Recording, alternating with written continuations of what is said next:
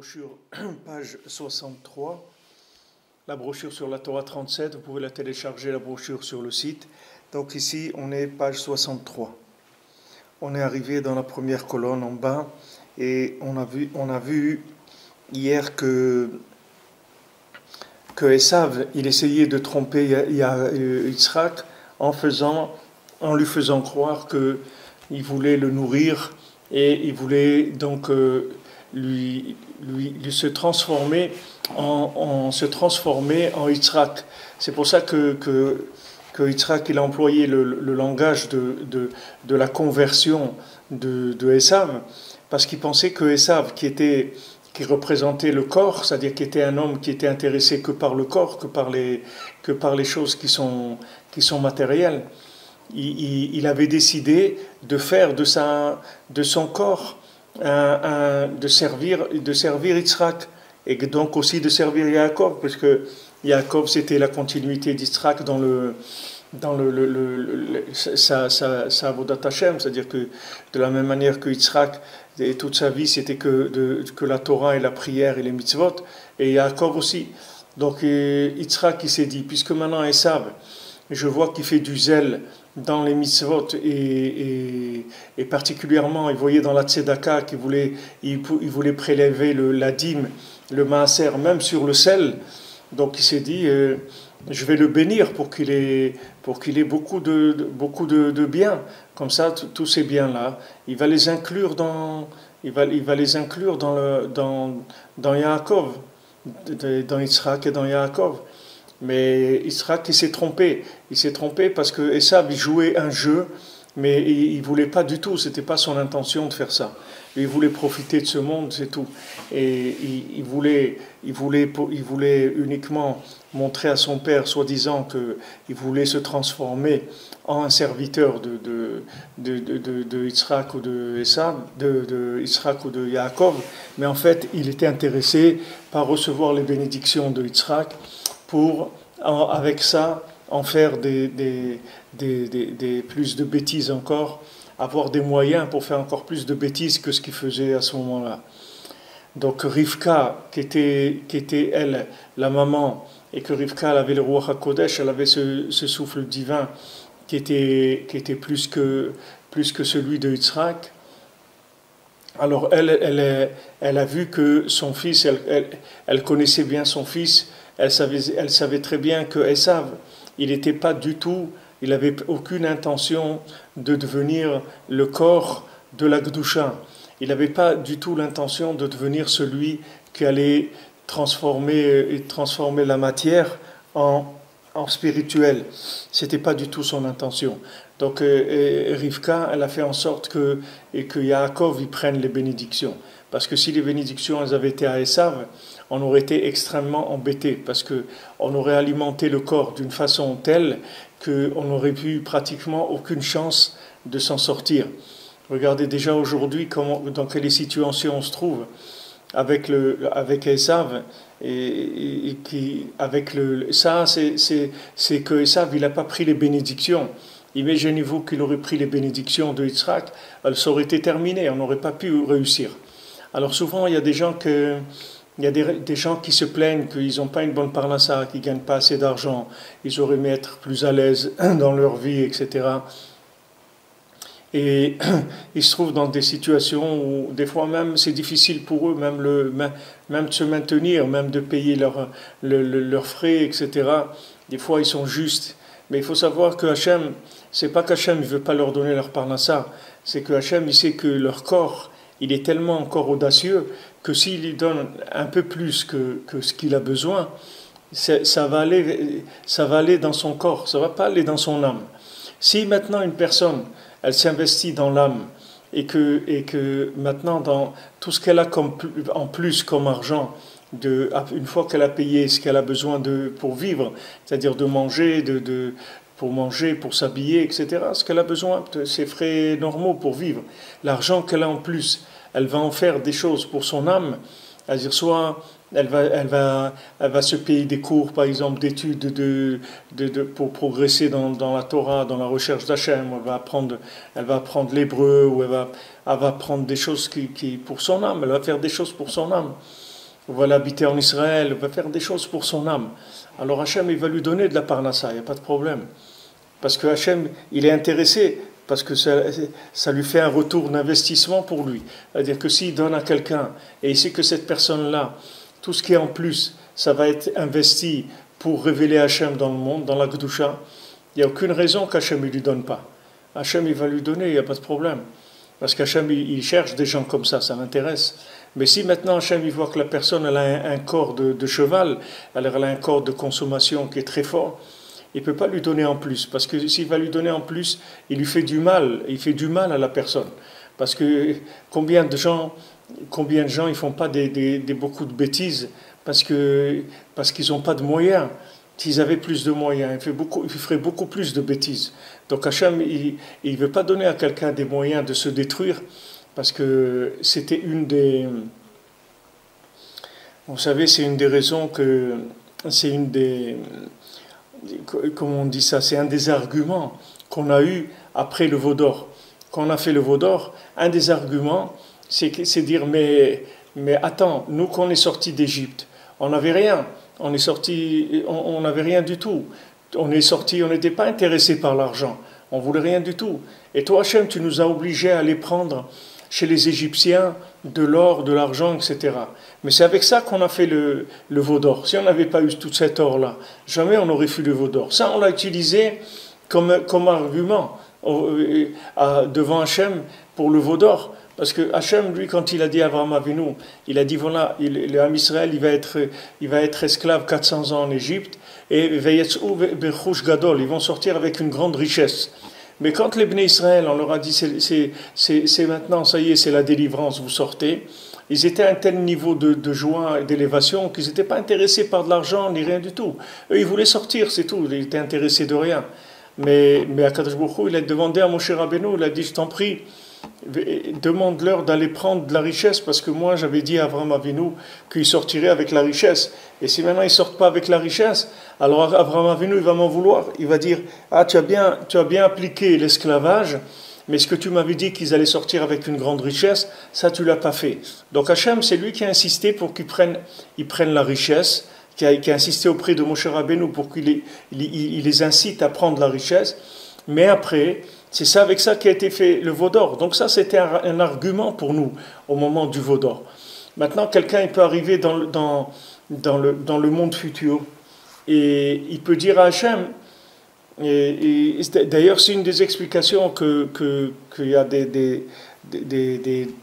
mefarshim, des rabbanim qui expliquent quand on fait le vidouille, quand on parle des fautes, on dit Hachamnu bagad, on a fauté, on a menti, etc. Pourquoi on dit au pluriel, on a menti, on a fauté? On peut dire j'ai fauté, c'est tout. Pourquoi tu dis on a fauté? Si tu as fait une bêtise maintenant, que tu as fait un lashon hara, pour te dire on a fauté, c'est toi qui as fait le lashon hara. Tu dis j'ai fauté, non, on ne dit pas Hachamti, on dit Hachamnu, on a fauté. Pourquoi on dit au pluriel? Pour cette raison-là. Il y a un rave qui dit ça. Il y a un rave qui dit ça que maintenant on dit on a fauté, c'est-à-dire on met Hachem dans l'affaire avec nous. C'est-à-dire on dit regarde, tous les deux on a fauté. Ça veut dire que tous les deux on a fauté. Mais c'est toi qui... Non, si tu ne m'avais pas donné la force, j'aurais pas fauté. Si au moment où je veux faire le lashon hara, tu paralyses ma bouche, eh ben, je ne vais pas faire la lashon hara. Maintenant, quand je parle, c'est toi qui me donnes la force de parler, oui. Donc tu étais associé avec moi dans la lashon hara. Donc c'est pour ça qu'on fait ça. Mais Rabbeinu, Rabbi Nachman, il a ramené cette parole de ce Rav-là, de ce tzaddik-là. Mais Rabbeinu, il n'était pas d'accord avec ça. Il a amené une preuve d'un autre endroit de la Torah où on dit à Hachem que c'est vrai que tu m'as donné la force de parler. C'est toi qui m'as... Je vous donne l'exemple de parler. Rabbeinu là-bas, il ne donne pas l'exemple de parler, il parle en général. Si je prends un exemple pour que ce soit plus facile à comprendre. Mais je dis à Hachem, regarde, je sais que c'est toi qui m'as donné la force de parler, mais tu m'as donné la force de parler, pas pour que je fasse de la lashon hara. C'est-à-dire le fait que j'ai fait du lashon hara, ça c'est moi c'est moi qui ai décidé. C'est la discussion entre Yehuda et Yosef, quand Yehuda il vient chercher Binyamin Alors il dit bi Adoni, c'est-à-dire en moi mon maître, c'est-à-dire en moi il y a il y a la faute. Rabbeinu rapporte ce pasouk-là pour dire, il dit que bien que c'est toi Hachem qui m'a donné la force de la parole, mais c'est moi qui ai pris la responsabilité et l'initiative de l'utiliser pour quelque chose de négatif. Donc maintenant, c'est une forme aussi de, bien que c'est un petit peu tiré, que c'est un petit peu, comme on dit, quelqu'un voulu donner ça arrive des fois les enfants, et ça arrive chez les enfants ou les adolescents. Vous lui achetez, il pleure pendant des mois pour que vous lui achetez un vélo. Après, vous lui achetez le vélo, il est tombé, il s'est fait mal. Et il vient et quand vous le grondez, il dit mais comment tu fais pas attention, etc. À la fin, des fois, ils disent mais c'est toi qui m'as acheté le vélo. Pourquoi je dis ah oui, avec tout ce que tu m'as demandé pendant des mois, tu dis c'est moi qui t'ai acheté le vélo. Mais c'est vrai, c'est-à-dire qu'en fin de compte, c'est moi qui lui ai acheté le vélo. Mais moi, je lui ai acheté le vélo, pas pour qu'il fasse le fou avec. Mais maintenant, je devais savoir que quand je lui ai acheté le vélo, il pouvait aussi faire le fou avec. Donc, il faut que moi, je sache à qui j'ai affaire pour lui donner des outils qui vont l'aider à se construire et pas à se détruire. Ça, c'est ma responsabilité. Donc maintenant, Hachem, il nous donne aussi à nous une parnassa, des moyens, puisque maintenant, l'argent, c'est la chose la plus dangereuse qu'il y a dans le monde, puisque c'est le moyen des moyens, c'est-à-dire que même celui qui a des envies absolument folles, et s'il n'a pas les moyens, il ne pourra pas les réaliser. Donc au moins, il va rester tranquille. Mais si quelqu'un veut lui donner des grands moyens, alors il va passer sa vie à faire des bêtises terribles. Si maintenant il a un corps de cheval, s'il a un corps maintenant que son corps, il veut s'inclure dans sa neshama, que Vamash, tout ce que vous allez lui donner, il va réfléchir comment faire des choses bien avec, il n'y a pas de problème, Hachem lui donne la bracha. Mais si maintenant son corps, il va faire des bêtises, alors Hachem, il va éviter de lui donner la bracha, parce que c'est pas un bien, en fin de compte, de donner à cette personne-là cette bénédiction. C'est ce qui est écrit dans la Torah, que des fois, il y a des gens qui reçoivent une bénédiction, mais c'est pour leur mal, c'est pas pour leur bien. Des fois, Hachem, il donne la réussite à quelqu'un, mais c'est pour qu'il ait un échec encore plus grand que s'il n'avait pas cette réussite. Alors que s'il était quelqu'un de simple, il n'aurait jamais fait des bêtises comme ça. Mais le fait qu'il a beaucoup d'argent, ça lui donne des idées et ça lui donne surtout des moyens pour faire des bêtises. Donc ça, c'était le problème de Yitzhak. C'est-à-dire Yitzhak, il a vu Esav. Il pensait que Esav, comme je vous l'ai dit avant, Esav, c'est le corps de Yaakov, d'accord? Normalement, Esav et Yaakov, ça devait être une seule personne. Mais comme maintenant il y a eu un problème de décalage au niveau d'Abraham Avinu, qu'Abraham Avinu venait d'une maison d'idolâtres, et quand Abraham Avinu est rentré dans le service d'Hachem, il est rentré à fond. Comme je vous ai dit hier, qu'il a été complètement à l'extrême de la miséricorde d'Abraham Avinu. Parce qu'il était tellement joyeux, tellement heureux, tellement reconnaissant de cette merveille-là, d'avoir découvert Akadosh Baruch Hu, d'avoir découvert qu'il y a un Dieu sur terre. Ça lui a donné tellement une satisfaction énorme, et un enthousiasme, un engouement tellement fort qu'il a été à fond là-dedans. C'est-à-dire il a été du côté droit, du côté de la bonté, mais de façon exagérée. Donc ce côté exagéré, il a fait naître une exagération du côté droit qui était Ishmaël. Avant de faire naître Yitzhak, il a eu Ishmaël. Et après, il a eu Yitzhak. Quand il a eu Yitzhak, c'est la naissance de tout le manque de rigueur qu'il a eu Avraham Avinu. Il est sorti dans Yitzhak. Donc Yitzhak, c'était un paquet de rigueur. Il était très très rigoureux, Yitzhak. Il était très rigoureux. C'est pour ça qu'il a fallu lui faire le sacrifice d'Yitzhak. Pourquoi il a fallu le sacrifier? Parce qu'il était rigoureux. Même si Béhémet, on ne l'a pas sacrifié. Mais il a passé la chose comme s'il allait être sacrifié. Ça a été la même chose. D'ailleurs, on appelle la Akedat Yitzhak, le sacrifice d'Yitzhak. On ne dit pas le sacrifice du bélier. Le bélier, on l'a changé en dernière minute, mais quand Avraham Avinu il est parti pour faire le sacrifice de son fils, de Yitzhak. Donc Yitzhak, il est sorti dans des rigueurs énormes. Ces rigueurs énormes, elles ont fait que Yaakov, c'est le Tiferet, c'est-à-dire Yaakov, c'est le milieu entre la rigueur et la miséricorde, d'accord? C'est quand la miséricorde, et la rigueur, elles travaillent ensemble, c'est-à-dire quand la rigueur se met au service de la miséricorde, alors ça donne, elles s'incluent l'un dans l'autre, et ça donne le tiferet qui est le milieu, l'équilibre, l'harmonie parfaite.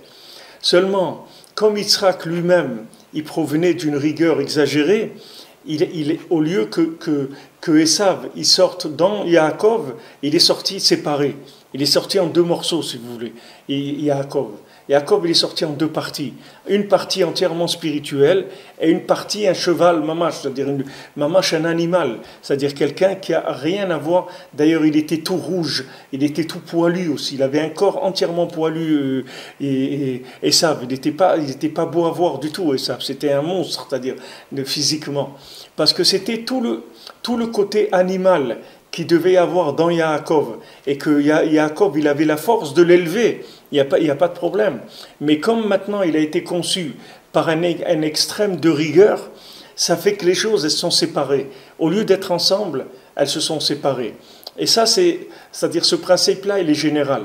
C'est-à-dire que quand il y a des gens, ils n'ont pas la patience d'attendre la maturité pour servir Hachem de façon plus avancée. Comme je vous ai dit hier, des gens au début, ils sont tout feu, tout flamme, ils commencent à faire des choses très fortes, très élevées, etc.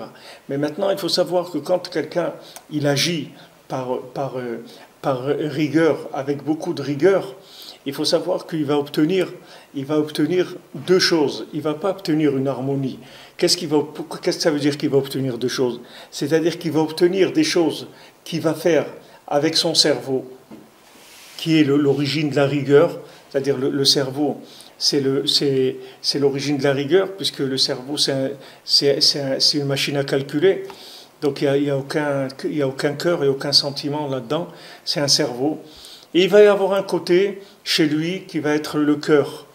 Il va y avoir des choses qui vont être faites avec le cœur et des choses qui vont être faites avec le cerveau. Comme on dit, il y a des mariages d'amour et des mariages de raison.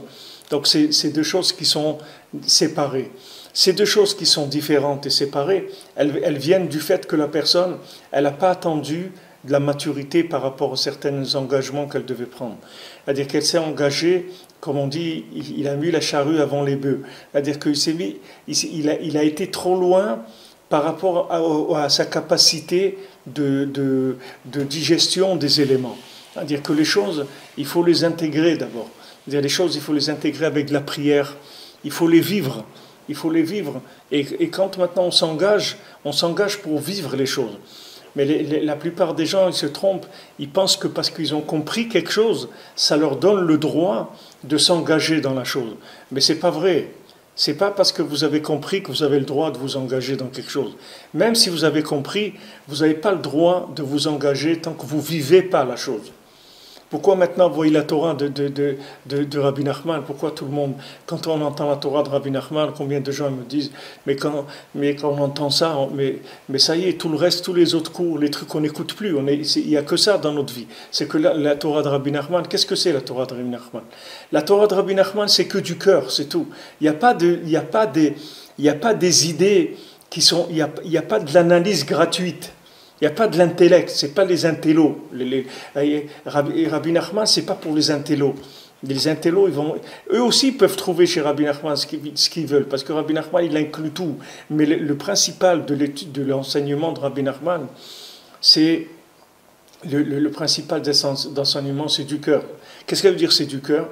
Ça veut dire que son enseignement, c'est le fait d'apprendre ces enseignements, c'est un engagement déjà. C'est-à-dire que son enseignement, il va vous engager, parce qu'il a l'effet d'alimenter le cœur. C'est pas une alimentation d'idées. Et vous verrez vous-même, si vous avez passé des recherches dans votre vie, dans le monde spirituel, vous allez voir que vous avez pu suivre des années, des gens qui peuvent vous enseigner avec de très belles idées, mais seulement il n'y a pas de moteur dans les idées. C'est une idée, mais sans les moyens. Comme il disait avant la blague, en France, on n'a pas de pétrole, mais on a des idées. Okay, c'est bien des idées, mais le pétrole, ça fait tourner le moteur. Les idées, c'est beau, mais avec ça, on ne va pas très loin. C'est-à-dire qu'il y a des gens qui vont vous enseigner la connaissance pure de la Torah, le côté intellectuel de la Torah, pur. Alors vous allez être vraiment émerveillé quand vous allez voir ça, parce que même le côté intellectuel de la Torah, il est merveilleux, il est très très élevé par rapport à tout ce qu'il y a dans le monde. Mais seulement, vous allez rester avec un manque, il y a quelque chose qui va vous déranger. Il y a quelque chose qui va... Vous allez vous sentir frustré, il y a une frustration. Pourquoi ? Parce que la personne, elle vous a donné que le corps de la Torah, elle ne vous a pas donné l'âme de la Torah. L'âme de la Torah, c'est ça, c'est ce qu'on étudie. C'est un corps avec une âme. Et cette âme-là de la Torah, c'est-à-dire ces enseignements de Rabbi Nachman, ils ont le pouvoir de changer votre vie, sans que vous fassiez rien du tout. Ces enseignements, ils vont vous faire faire. Ces enseignements, ils vont vous faire agir et ils vont vous faire vous engager. Parce que c'est des enseignements qui vont vous rentrer dans votre cœur.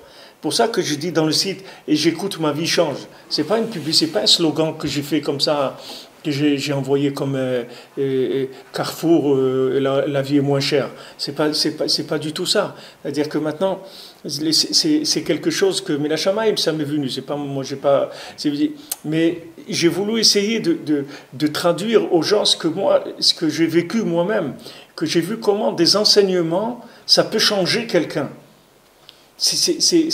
Apparemment, c'est une idée qui est folle dans le monde, de dire une idée pareille. Mais un enseignement, ça n'a jamais changé quelqu'un.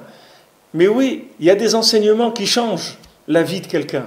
Parce qu'il y a des enseignements qui rentrent par le cerveau. C'est comme le manger qui rentre par la bouche pour être mâché. Il rentre par le cerveau, mais il va dans le cœur. Et quand il rentre dans le cœur il pousse les pieds. C'est-à-dire le cœur, il rentre dans l'action tout de suite. Le cœur, il ne connaît pas des choses qui sont... C'est pas un intellectuel, le cœur. Le cœur, il va directement. Il y a pas de... quand ça arrive dans le cœur, ça passe à l'action. Le cœur, c'est ce qui anticipe l'action. Donc maintenant, mais maintenant, vous ne pouvez pas vous rendre compte de ça. Il y a des gens, ils ne se rendent pas compte du tout. Il y a des gens, ils pensent que les enseignements de Rabbi Nachman, c'est comme les autres enseignements. C'est de la Torah, c'est beau, c'est la Chassidoute, c'est la Torah qui vient du Baal Shem Tov, etc. D'abord, Rabbi Nachman, ça ne vient pas du Baal Shem Tov, ça n'a rien à voir avec le Baal Shem Tov, ça n'a rien à voir avec la Chassidoute, ça n'a rien à voir avec tout ça. Rabbi Nachman, c'est quelque chose de spécial. Il est venu dans le monde pour amener un enseignement qui va délivrer le monde. Ce n'est pas des enseignements intellectuels. Mais Baruch Hashem, heureusement, la plupart des gens dans le monde qui sont contre, ils ne se sont pas rendus compte. Parce que s'ils s'étaient rendus compte, ils auraient censuré ça dans le monde. Parce que ça va changer le monde. C'est des enseignements qui n'avaient jamais existé. Parce que normalement, un enseignement, pour qu'il vous change, il faut que vous soyez changé déjà. Je m'explique. Si maintenant, quelqu'un, il va par exemple dans un cours pour la photo, d'accord ? Il y a des cours, vous allez suivre des cours, il va vous apprendre les objectifs, les prises de vue, les grands angles, les trucs, les contrastes, la lumière, etc. Ok. Maintenant, quand vous arrivez dans ce cours, pour que ce cours il vous serve à quelque chose, il faut que vous aurez fait toute la préparation d'être déjà, comme on dit, un apprenti photographe ou un amateur de la photo. Il faut que vous ayez fait ce travail-là. Donc quand vous vous asseyez maintenant dans le cours, lui, il va vous donner la technique, c'est tout. Mais le gars qui va vous enseigner la photo, il ne peut pas, quand il vous a expliqué ce que c'est un objectif, il ne va pas vous donner envie d'être un photographe quand il va vous expliquer ce que c'est un objectif. Emmenez quelqu'un avec vous, il va dire, mais c'est barbant, c'est cool, de quoi il est en train de parler? Il ne fait que parler des trucs, les angles, les lumières, les trucs, allez, viens, on s'en va, qu'est-ce qu'on fait là? Mais celui qui a fait sa préparation de par lui-même, lui, il arrive, il est très intéressé, parce que chaque parole pour lui, c'est des outils, comment réaliser ce qui est déjà rentré dans son cœur. Mais c'est déjà rentré dans son cœur. Maintenant, imaginez-vous qu'on est dans des générations où on n'a pas de cœur, on a un cœur de pierre parce qu'on s'est trouvé dans des générations de consommation totale, où on fait que chercher à consommer. Donc ça, c'est pas de notre faute. Notre corps, il est dans l'état où il est. On a un corps de cheval, notre corps, c'est une vache, c'est un cheval, c'est ce que vous voulez. Maintenant, quelqu'un comme ça, vous allez lui enseigner de la Torah intellectuelle. Qu'est-ce que vous voulez qu'il fasse avec? Si vous voulez qu'il fasse avec, le maximum, vous allez lui donner envie d'être un cheval de course, c'est tout. Lui, c'est un cheval de trait, vous allez lui donner envie d'être un cheval de course, c'est tout. Il va arriver d'être un jour au PMU, c'est tout ce que vous allez lui donner comme le maximum que vous allez arriver. Mais d'arriver à parler à quelqu'un qui est à 99% un corps, et que la parole, elle va toucher son cœur, Et quand elle va toucher son cœur, il va vouloir en changer le corps, c'est-à-dire le corps, il va se réveiller, s'inclure dans l'âme. Ça, vous pouvez, comme on dit, vous lever de bonheur pour trouver quelqu'un qui va vous enseigner des choses comme ça. Il n'y a que Rabbi Nachman qui enseigne ça. Il n'y a personne qui a enseigné des choses comme ça. C'est pour ça que Rabbi Nachman dit que chacun de ces enseignements, il va vous faire devenir l'enseignement. C'est-à-dire, quand maintenant on est en train d'étudier ça, et j'espère, Bezrat Hashem, que vous voyez chacun des changements dans votre vie depuis qu'on est dans la Torah, dans toutes les Torahs, mais disons que maintenant aussi, quand on est dans la Torah 37, j'espère que tous ceux qui sont assidus, ils ont vu des changements. En tout cas, moi, j'en ai vu des changements. Mon cheval, il a pris un coup. Depuis qu'on étudie la Torah 37, j'ai vu vraiment des changements que jamais de ma vie j'aurais cru que ça allait changer. Je vous dis des choses que je ne peux pas entrer dans les détails, mais maman, des choses que je pensais jamais, que je dis, bon, je suis comme ça, c'est tout, il faut s'accepter, etc. Jamais je pensais que ça allait changer. Et j'ai vu l'enseignement, j'ai rien fait de spécial. C'est uniquement, je me suis investi avec mes moyens dans le texte, et j'y crois, et j'aime Rabbi Nachman, et voilà, c'est tout. Et je prends ces enseignements. Ben, ces enseignements, ils vous changent votre vie. Parce que c'est des enseignements qui vont passer, qui utilisent le prétexte de l'intellect juste pour faire le chemin, pour qu'on puisse se parler, se comprendre. Mais le but, c'est pas du tout l'intellect. Le but, c'est de rentrer dans le cœur et automatiquement de changer la personne. Donc ça, ce sont, si vous voulez, des enseignements qui sont des enseignements d'âme, pas des enseignements de corps. Et quand vous sentirez, par exemple, que vous êtes attiré par le Zohar ou des choses comme ça, ça veut dire que c'est votre âme qui vous pousse à chercher. Parce que si c'était votre corps, votre tête, vous ne serez pas du tout attiré par ça. Et malheureusement, tout ce qui s'est passé en Europe, tous les malheurs qu'il y a eu, etc., il y a en Europe, bien que le Zohar il était imprimé en Allemagne, mais en Allemagne, ils n'étudiaient pas le Zohar. Ils ne voulaient pas étudier les secrets de la Torah. Et il y a un enseignement, peut-être qu'on en parlera plus quand, à l'occasion dans un texte qui sera vraiment par rapport à ça. Mais ici, déjà, on peut parler un petit peu de ça. Ce que Rabbeinu l'a dit, une Torah à Shavuot, qui est la Torah 29 dans le Likutei Moharan. Cette Torah, on l'a déjà étudiée comme on étudie celle-ci. La 29 aussi, on l'a étudiée. Vous l'avez dans le site. Il doit y avoir quelques centaines d'heures d'études dessus. Et dans cette Torah, Rabbeinu, il a parlé de la France. Rabbeinu, il a amené un pasouk qui est Kesef Nifrar, Lachon Tzadik. Et Rabbeinu l'a dit, c'est Rocheté votre Franck. C'est-à-dire, Rabbeinu, il a dit aussi, cette Torah, elle se tient sur la France. C'est-à-dire que cette Torah, elle se tient sur la France. Et dans une des explications, c'est écrit que Rabbeinu, avec cette Torah-là, il a fait tomber Napoléon. En disant cette Torah 29, il a fait tomber Napoléon. Mais maintenant, le problème qu'il y avait, c'est-à-dire avec tout, c'est-à-dire il y a là-bas la réparation de la France, de tout du côté négatif qu'il peut y avoir en France. La réparation, elle se fait avec cet enseignement-là.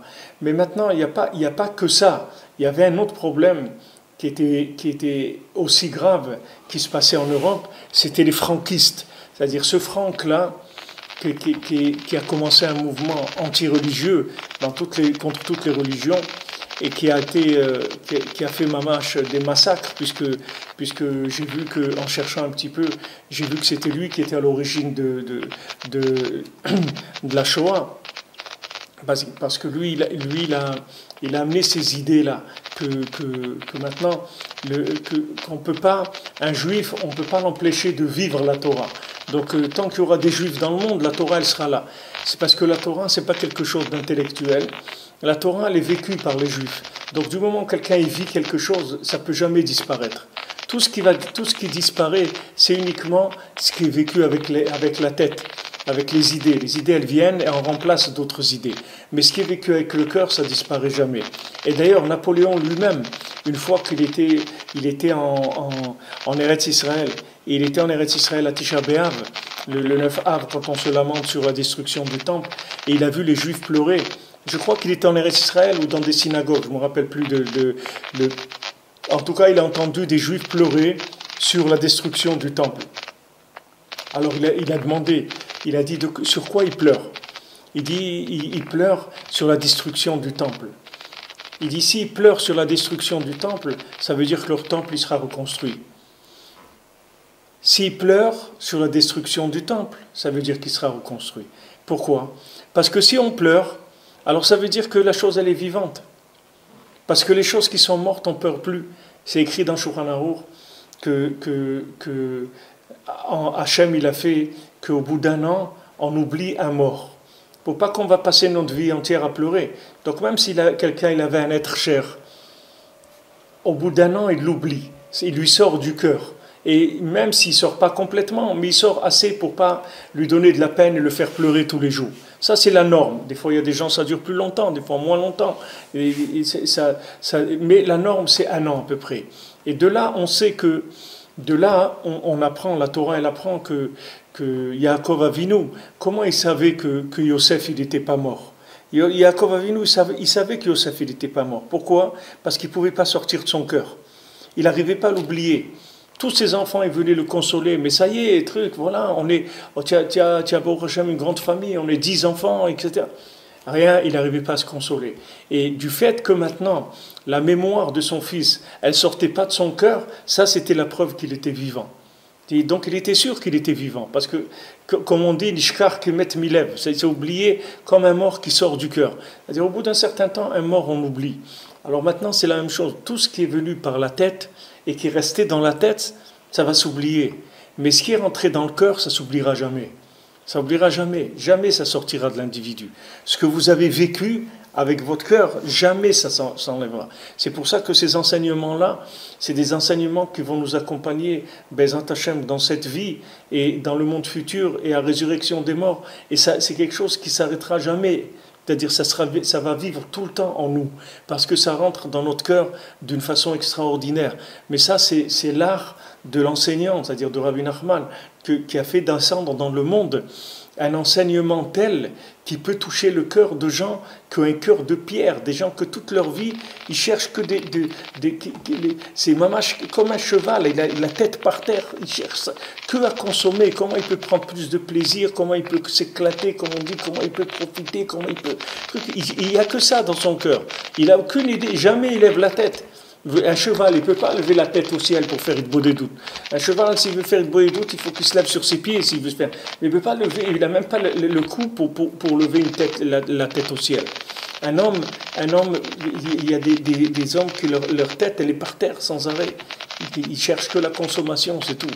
Et même des gens comme ça, Rabbi Nachman, il rentre dans le cœur de la personne et il le change. Uniquement, il faut prendre le traitement, il n'est pas difficile.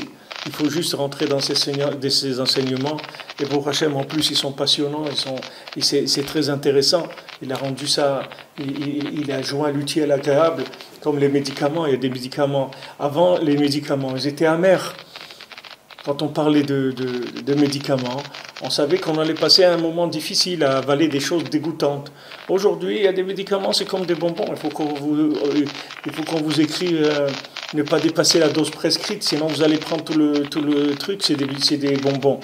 Avant, il n'y avait pas besoin de leur dire aux gens, parce que déjà, c'était la moindre des choses qu'on mettait dans la bouche, c'était terrible à avaler. Ben, spirituellement, c'est pareil. Hachem, il a amené de la douceur et de la douceur et de la douceur dans le monde. Donc, Hachem, qu'aujourd'hui, on a des médicaments comme ça, des paroles comme ça, que Rabbi Nachman, il a amené, qui rentrent dans notre cœur et qui nous soignent. C'est la seule, il n'y a pas besoin de faire. Il n'y a rien à faire du tout. Il y a des gens qui disent, mais Rabbi Frère, comment vous dites qu'il n'y a rien à faire? Mais les mitzvot, il faut faire, il faut truc. C'est vrai qu'il faut faire, mais il faut pas, ne vous tracassez pas comment vous allez arriver à tout faire. Parce que ça, c'est une essence qui va vous faire fonctionner votre cœur. Et votre cœur, il va vous amener à l'action. Alors maintenant, quand les gens, pourquoi je vous ai expliqué tout ça? Pour dire que quand quelqu'un, il veut forcer, et dès qu'il a eu l'idée, au niveau intellectuel, sans avoir pris le temps de prier, sans avoir eu le temps de faire descendre un petit peu la chose dans son cœur, il a voulu s'engager tout de suite, alors il va avoir une pratique des mitzvot qui sont une pratique intellectuelle, c'est-à-dire de raison. Il va faire des mitzvot par raison. Et les mitzvot par raison, elles vont disparaître parce que la raison, elle ne reste pas malheureusement. La raison, elle s'efface dès que le cœur il commence à fonctionner, la raison, elle s'en va.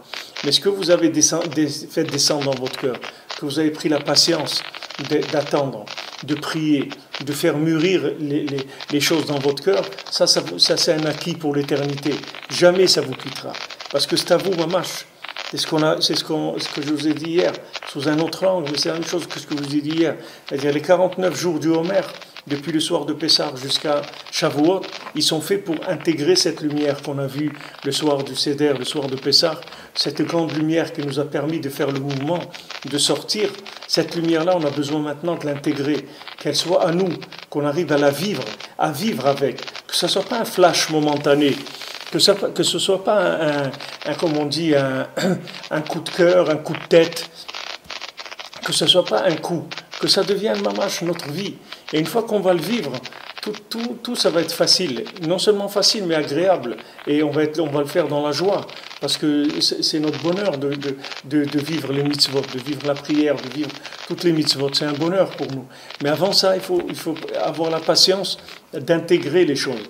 Alors maintenant, l'enseignement de Rabbeinu, de Rabbi Nachman, c'est en lui-même, il fait les deux actions. En même temps, il va vous apprendre des choses, et vous apprendre des choses qui va vous donner un développement du cerveau énorme, parce que vous allez apprendre des choses extraordinaires, parce que Rabbi Nachman, il enseigne des choses qui sont des généralités dans tous les domaines. Vous allez comprendre tout après avec ça. Vous comprenez la politique, vous comprenez tout, la psychologie, tout, vous allez tout comprendre avec ça, parce que ça agrandit énormément les capacités mentales de l'individu. Mais surtout, ce qui vise, c'est de toucher notre cœur et de soigner notre cœur. De soigner notre cœur, c'est-à-dire d'arriver à récupérer notre cœur du cheval. Pour l'instant, c'est le cheval qui a pris notre cœur. Et à chaque fois, on essaye de sortir un petit morceau de cœur, on essaye de le récupérer du cheval pour pas qu'il nous avale notre vie entière. Mais ça, c'est le Rebbe fait à travers ses enseignements. Vous n'avez pas besoin, vous, de vous poser la question comment je vais faire. Le comment, c'est pas votre problème. Vous rentrez dedans, c'est tout. Et l'enseignement, c'est un enseignement actif, avec des bactéries actives. C'est actif, ça rentre et ça agit. C'est pas quelque chose qui va rester dans votre tête. Et vous le verrez. Tout celui qui a touché ces enseignements, je peux vous donner des dizaines de témoignages que j'ai écrits. Les gens ils m'ont dit, non seulement moi j'ai changé, mais tout ce qui est autour de moi, ça a changé avec moi. Je comprends pas comment ça marche. Je vois que le décor dans lequel je vis aussi, il a changé. C'est-à-dire les gens qui m'entourent, tout a changé. En même temps que moi j'ai changé, tout a changé autour de moi. Et les gens, ils ne comprennent pas, ils n'ont rien fait de spécial. Ils n'ont pas téléphoné à quelqu'un pour dire, voilà, pourquoi tu t'excuses pas, tu m'as fait ça, etc. Rien, la personne d'elle-même, elle est venue, elle s'est excusée, elle a dit, je m'excuse, on t'a fait du mal, etc. Excuse-nous, et on voudrait réparer comme on peut réparer. Et lui, il n'a rien fait, il n'aurait pas parlé, rien du tout. Parce que l'enseignement, il rentre et il répare la personne, son cœur et toutes les ramifications de la personne aussi. Parce que tous les rapports que vous avez avec les gens autour de vous, c'est des gens qui font partie de votre groupe d'âmes, c'est des gens qui sont liés à vous. Pour qu'on parle de liens familiaux, liens amicaux, liens de résidence, ou tout ce que vous voulez, tous ces liens-là. Pourquoi j'habite dans un endroit? Parce que cet endroit-là, j'ai des liens avec l'endroit. Alors maintenant, tout l'endroit, il va recevoir aussi un changement par rapport au changement que moi je vais ressentir. Toutes les ramifications de mon âme, elle va ressentir un changement aussi. Mes enfants en premier, mon conjoint, ma famille, mes amis, mon entourage, tout le décor de ma vie, tout ce qui m'accompagne dans ma vie, tout va ressentir un changement avec mon évolution en moi. Donc ça, c'était ce que Yitzhak pensait que Esav voulait faire, parce qu'on avait besoin maintenant qu'il y avait une séparation, qu'il y avait eu comme un divorce entre Yaakov et Esav, qui sont nés en deux personnes différentes. Puisque quand Rivka passait devant un centre d'études, alors Yaakov il voulait sortir, et quand elle passait devant une église, et c'est pas une église, à l'époque c'était pas des églises, Avodazara, un endroit d'idolâtrie, et alors Esav, il voulait sortir. Alors elle ne comprenait pas. Elle ne comprenait pas, elle a été demander dans la yeshiva de Shem Ve'ever, qu'est-ce que c'est ça? Voilà, j'ai deux qui se disputent dans mon ventre, un veut aller d'un côté, l'autre de l'opposé, etc. Alors il lui a dit, Shem lui a répondu, il a dit, tu as deux nations dans ton ventre, tu as deux peuples. Normalement, quelqu'un, il enfonce des jumeaux, c'est les mêmes, ils vont dans le même, à peu près, ils sont mais là, tellement opposés, c'était quelque chose d'incroyable, ça l'a dérangé beaucoup. À Rivka, ça l'a dérangé beaucoup, ça. Donc elle a eu la réponse que les Maasé, elle a deux êtres, elle a un être qui est né en deux morceaux, c'est tout. Et ces deux morceaux-là, un il a pris l'âme, l'autre il a pris le corps. Un c'est une âme, l'autre c'est un cheval, c'est tout. Maintenant il faut les ramener ensemble. Il faut que maintenant, absolument, Esav, ils comprennent que son intérêt c'est de servir Yaakov. Mais il ne va pas le comprendre. Parce qu'il est tellement vendu à la consommation qu'il ne peut pas du tout s'autoriser de penser une chose comme ça. Donc maintenant, qu'est-ce qu'il a fait Yaakov? Il a pris les brachot de Yitzhak et les maasé, au lieu que maintenant Esav, ça devienne une composante, si vous voulez, indispensable, il est devenu une composante figurante, c'est tout. C'est-à-dire que maintenant il a le choix, s'il veut, il va s'inclure, s'il ne veut pas, il ne va pas s'inclure. Mais on n'a plus besoin de lui. On n'a plus besoin de lui. C'est-à-dire que ça veut dire que du moment où nous on a pris les brachot, ça veut dire qu'on a pris aussi le moyen de transformer le corps en âme. C'est pas devenu l'exclusivité de Esav. Normalement, c'était l'exclusivité de Esav. Pourquoi il a pleuré Esav? Il a dit, moi, tu m'as pas donné des bénédictions, etc. Il dit, je peux pas. Il a tout pris, ton frère. J'ai pas de bénédiction pour toi. La seule bénédiction que j'ai pour toi, c'est l'épée. Tu vas tuer des gens, c'est tout ce que tu peux faire. Je vais te donner, tu vas tuer des gens et tu vas t'alimenter de ça. C'est la seule chose que je peux te donner comme bénédiction. Il n'y a plus rien, il a tout pris. Pourquoi il a tout pris? Pourquoi Rivka a fait en sorte que Yaakov y prenne? Parce que du moment où on a vu que Esav il ne voulait pas participer, alors on l'a éliminé. On l'a éliminé du jeu, c'est tout. Ah, maintenant vous voyez que Esav il est dans le monde comme ça, mais Esav il sait rien du tout. C'est écrit dans la Torah que Esav c'est de la paille. Et il va sortir une étincelle de la maison de Yosef, elle va brûler toute la maison de Esav. Une étincelle. Parce que Esav c'est de la paille, c'est pas vrai. Il aurait été vrai s'il avait voulu servir Yaakov. Mais maintenant, comme dans Esav, il y a du bien aussi. Il y a du bien dans Esav, puisque maintenant, Esav, son papa c'est Yitzhak, sa maman c'est Rivka, donc il y a du bien aussi en lui. Alors ce bien, il aura toujours la possibilité de revenir vers Yaakov et de servir Yaakov. Toujours il aura cette possibilité. Mais seulement, il ne sera plus indispensable. Tandis que le plan, c'est qu'il soit indispensable. C'était ça le plan. C'était ça le plan. Par exemple, la nourriture, elle est indispensable. Vous ne pouvez pas dire je ne veux pas manger. Bon, ok, le manger, je peux pas bouder le manger. Je peux dire bon, toi le manger, c'est comme ça, je vais me passer de toi. Vous ne pouvez pas vous passer du manger, c'est impossible. Vous êtes obligé de manger. Même si vous mangez comme des astronautes, je sais pas, des pastilles ou des trucs, vous êtes obligé de manger. Vous êtes lié avec le manger. Pourquoi c'est comme ça? C'est parce que les éléments qu'il y a dans le manger, on a l'obligation de les élever. Donc c'est ça la dépendance qui se crée.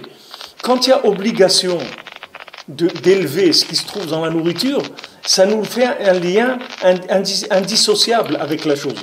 Pourquoi on est obligé de manger? Parce qu'on est obligé de travailler, c'est-à-dire on est obligé d'élever des éléments spirituels qui se trouvent dans la terre, dans le végétal et dans l'animal, obligé de les élever vers l'humain. Mais si maintenant on arrivait à se passer de ça, c'est-à-dire si on finissait le travail, comme je vous ai dit d'ailleurs, c'est écrit que quand Mashiach il viendra, Bezrat Hashem, on ne mangera plus de viande. Parce que tout ce qu'il y aura dans la viande, on aura terminé, donc on n'aura plus du tout besoin de manger de viande, et on aura, mistama, plus envie de manger de la viande. Ça va nous dégoûter, on ne voudra plus manger de viande. Parce que c'est dur de manger quand même de la viande, c'est pas évident. Mais ça on mangera plus de viande, ça sera terminé. Ça, c'est la même chose avec Esav. Normalement, Esav, il devait être indispensable dans le monde. S'il avait reçu les brachot de Yitzhak, et qu'il s'était soumis à Yaakov, alors il aurait fait partie de la chaîne de fabrication et il aurait été un poste indispensable, incontournable. On n'aurait pas pu se passer de lui. Mais maintenant, lui, il a refusé. Il a dit non, moi je veux faire moi je veux faire bande à part. Moi, je veux faire mon truc tout seul. Mais comment tu vas faire ton truc tout seul? Tu as un corps, tu n'as pas d'âme. Qu'est-ce que tu vas faire tout seul? Non, moi, il n'est pas question. Moi, je ne veux pas me soumettre à Yaakov. Ok, tu ne veux pas te soumettre à Yaakov? Vas-y. Bon courage, bonne chance. Va au deux. Et on a donné les brachot à Yaakov. Quand Yaakov il a pris les brachot, il a pris aussi le savoir-faire de transformer le spirituel qu'il y a dans la matière, de l'élever vers le spirituel. Ça y est, Esav, il est plus indispensable. Aujourd'hui, Esav, s'il veut, on l'accueille, il n'y a aucun problème, qu'il vienne, Baruch Haba, il n'y a aucun problème. Mais s'il ne veut pas, on n'a pas besoin de lui. C'est fini. Alors qu'avant, il était indispensable. Normalement, dans le plan, c'était un élément incontournable de la réparation du monde. Incontournable. Mais aujourd'hui, c'est-à-dire depuis pas d'aujourd'hui, depuis l'époque déjà, de quand il a refusé de servir Yaakov, son côté indispensable, il a disparu, c'est fini. C'est-à-dire que maintenant, il a du bien en lui, et ce bien, il peut rentrer dans le Ham Israël quand il voudra. Quand il voudra, mais c'est pas obligé. S'il veut, c'est tout. S'il veut, il peut s'inclure dans le Ham Israël. S'il veut, il peut aimer le Ham Israël, il peut servir le Ham Israël. Vous voyez combien de gens dans les nations, elles ont aidé le Ham Israël, elles ont aimé. Même aujourd'hui, vous avez dans les nations des gens qui viennent en Israël, vous avez des centaines de gens qui viennent pour uniquement témoigner leur amour au Ham Israël. Ils sont pas du tout, c'est pas des juifs, mais ils viennent en Israël pour témoigner leur amour au Ham Israël, pour encourager le Ham Israël, pour dire au Ham Israël, on est avec vous, on vous aime, etc. On vous admire et tout ce qu'on pourra faire pour prier pour vous, pour que vous réussissiez, etc. Parce qu'ils sont conscients que la réparation du monde, elle doit passer par le Ham Israël et il faut aider le Ham Israël à avancer. Donc ces gens-là, je ne sais pas si c'est des évangélistes, je ne sais pas comment ça s'appelle, mais ils viennent en tout cas, ils ont des époques dans l'année où ils viennent, je crois que c'est à Sukkot qu'ils viennent, mais ils viennent par milliers, c'est pas un petit groupe de 10 personnes, c'est des milliers qui viennent. Ils viennent pour amener leur soutien à Israël et leur bénédiction, etc. Donc il y a des gens sur terre qui sont conscients que la machine, elle fonctionne comme ça. C'est tout, c'est la machine spirituelle. La machine matérielle, les gens ils l'ont acceptée, ils l'ont exploitée. Quand les gens ils voient que l'eau, c'est de l'eau, le feu c'est du feu, la terre c'est de la terre, l'air c'est de l'air. Ok, ils ont accepté ça. Et ils ont fait avec. Et avec ça, ils ont construit des choses, ils sont arrivés à faire pousser des choses, à faire cuire des choses, à fabriquer du verre, du métal, etc. Ils ont accepté les éléments comme ils étaient. Ok, dans la spiritualité, c'est la même chose. Il y a un élément fondamental dans le monde qui est le Ham Israël. Donc c'est pas la peine d'essayer d'aller contre, parce que aller contre, c'est aller contre la fondation même du monde. Donc c'est dommage, parce que ça veut dire que non seulement la personne, elle s'exclut elle-même, mais en plus, elle va avoir tout le retour négatif de ça. Alors que si déjà, elle n'est pas contre, elle est alimentée de façon détournée, mais elle est alimentée. Et si elle est pour, elle est alimentée directement. Et si elle a le mérite de s'inclure et de se convertir, de rentrer dans l'âme Israël, alors Ashrei Chelko, celui qui mérite ça, heureux est-il dans tous les mondes et dans toutes les vies. Il y a le choix, mais c'est plus obligé. C'est plus obligé. Ça, c'est la différence qui s'est passée entre le moment où Esav pouvait s'inclure dans Yaakov et le moment où il a refusé de s'inclure dans Yaakov. Maintenant, notre corps, c'est la même chose. Notre corps, soit il accepte d'être notre ami notre partenaire dans le service d'Hachem, soit il refuse absolument. Et s'il refuse absolument, alors il va avoir des problèmes, le corps. Et il va finir de toute façon dans la terre, et il va être obligé de complètement se recycler dans de la terre pour pouvoir éliminer toute cette opposition qu'il avait à l'âme. De toute façon, son opposition, elle va disparaître. Si elle ne disparaît pas de son vivant, elle disparaîtra à sa mort. Mais du vivant aussi, toutes les difficultés qu'on a, toutes les souffrances qu'on passe, que ce soit des souffrances physiques, des souffrances morales ou de toutes sortes de souffrances, ces souffrances-là, elles sont faites pour adoucir notre corps, pour le rendre apte à ressentir un petit peu la présence de l'âme et se mettre au service de l'âme. Des fois, ça doit passer par de la souffrance.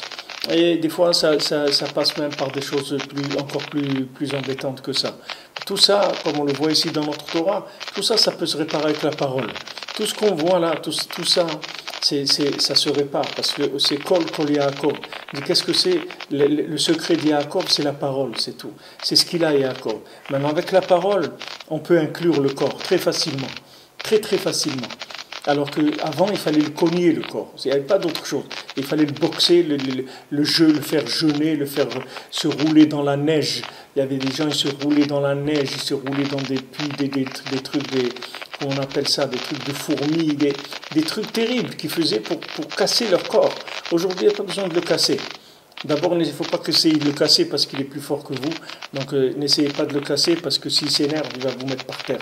C'est-à-dire que même le peu d'âme que vous avez, il va la mettre au congélateur. Donc, il vaut mieux pas que vous essayiez de le casser. Il faut essayer de parler avec Hachem. Et chaque parole, vous allez dire, comme la parole, elle est faite d'eau et de feu. Et dans la parole, il y a tout. Dans la parole, il y a de l'air, il y a de l'eau, il y a du feu. Quand vous parlez, vous incluez tous les éléments qu'il y a dans votre corps. Ils s'incluent dans la parole et ils élèvent le corps.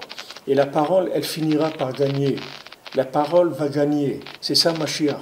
Mashiach, c'est la victoire de la parole. La parole, elle va gagner dans le monde. Elle va gagner le monde entier. Tous les individus que vous voyez dans le monde, un jour, ils vont se plier à la parole. Parce que la parole, elle augmente aussi en intensité. Donc, quand elle augmente en intensité, elle va pouvoir réparer des gens de plus en plus épais, des gens qui ont des corps de plus en plus épais, des gens qui sont très, très opposés à tout ce qui est service d'Hachem. Tous ces gens qui sont dans des endroits terribles, eux aussi vont pouvoir s'inclure grâce à la parole. Donc ça, c'est le principe de Yaakov. Quand Yaakov il a pris les bénédictions de Esav, il l'a exclu du monde. Mais il ne faut pas croire que cette exclusion, elle est gratuite, parce que ça nous coûte tout le temps qu'on est là, tout le temps qu'on est en l'attente de Mashiach. C'est à cause de ça. C'est-à-dire que du fait que maintenant, on s'est passé de lui, on a été obligé d'être au four et au moulin, comme on dit. Donc du fait qu'on est au four et au moulin, c'est difficile, parce que des fois le pain il reste dans le four, va trop au moulin, et le pain il brûle. Alors après il faut recommencer. Ou des fois on est trop au four, et le moulin il se bloque, il ne tourne plus, alors on n'a plus de farine, allez il faut recommencer, etc.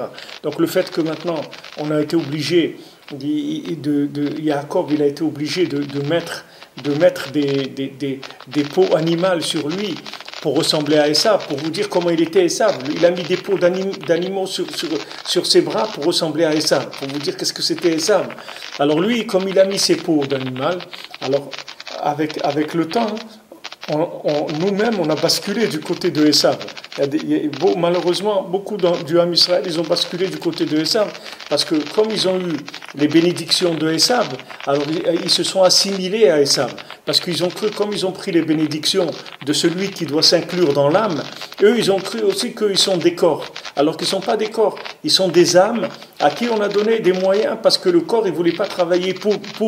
Imaginez-vous que quelqu'un, il a un corps, et que ce corps-là, il ne veut pas travailler pour l'âme. Alors il dit, regarde, tu vas te passer du corps, on va te donner un corps en lumière, ou un corps en plastique, ou n'importe quoi. On va te donner un autre corps. Alors maintenant, la personne, elle a cru que ce corps-là, c'est son corps à elle, mais ce n'est pas son corps à elle, du tout. c'est pas du tout son corps à elle. C'est-à-dire que c'est le fait qu'on s'est déguisé en Yaakov pour prendre en Esav pour prendre des bénédictions, il faut faire attention de ne pas rester là-bas. C'est pas parce que maintenant on s'est déguisé avec des peaux de moutons qu'il faut se prendre pour un mouton. On n'est pas du tout des moutons. Alors comme maintenant, le fait qu'on a pris ces bénédictions-là, que vous croyez que nous on voulait les prendre, ces bénédictions, on ne les voulait pas. On voulait les laisser à Esav. Ne nous intéresse pas ces bénédictions. Parce que nous, on veut faire notre travail. Notre travail, c'est la neshama, c'est tout. C'est la voix, le son, Kol Yaakov, l'appel d'Hachem, la parole d'Hachem, c'est tout. On n'a rien à voir avec ce monde, avec tout ce qui est matériel. Mais comme lui ne voulait pas faire son travail, donc on a dû faire le travailler pour les deux.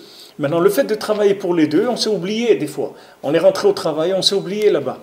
On s'est oublié dans l'argent, on s'est oublié dans ce monde. Et nous, après, on est devenus des Esav, des fois, mais pire que Esav. Parce que nous, des fois, on a mis Yaakov au service de Esav. On a fait le monde à l'envers. Donc, il y a beaucoup de réparations à faire dans ça. C'est pour ça que ça dure. C'est pour ça que c'est tellement long. Parce que le fait qu'on a utilisé ça, ça nous a fait aussi, ça nous a ouvert la porte de l'autre côté. Alors que nous, on n'est pas ni des hommes d'affaires, ni des... C'est pas ça notre vie. Notre vie, c'est la Torah, la prière, l'enseignement de la parole d'Hachem au monde, c'est tout. Et dans les nations, les gens qui ont compris ça, ils doivent prendre ces gens qui sont capables de faire ça et dire, regarde, toi ne fais plus rien, toi fais que ça, voilà, nous on te donne tous les mois combien tu as besoin pour vivre, voilà, prends, mais fais que ça. C'est normalement ça qu'il devait y avoir. Mais comme maintenant la personne, la plupart des Juifs, ils sont obligés de travailler pour leur parnassa. Donc ils sont rentrés, ils sont déguisés en Esav, et ils sont restés là-bas. Et maintenant, ils sont non seulement des Esav, mais des Esav avec une âme de Yaakov, que ça aussi, ils ont rentré là-bas. Donc c'est devenu des super businessmen, super high-tech, super start-up, super des trucs. Mais tous ces super-là, ils viennent de quoi? Du fait qu'il a rentré l'âme dans Esav. Et nous, c'est le contraire, ce qu'on veut faire. Mais Bezat Hashem, avec le corps du tzaddik, et le corps de Rabbi Nachman, Bezat Hashem, tout le monde va se retourner dans la joie qu'avec la communication, sans aucune violence, sans aucun nerf, sans aucune guerre, rien du tout, que par la parole, Bezat Hashem.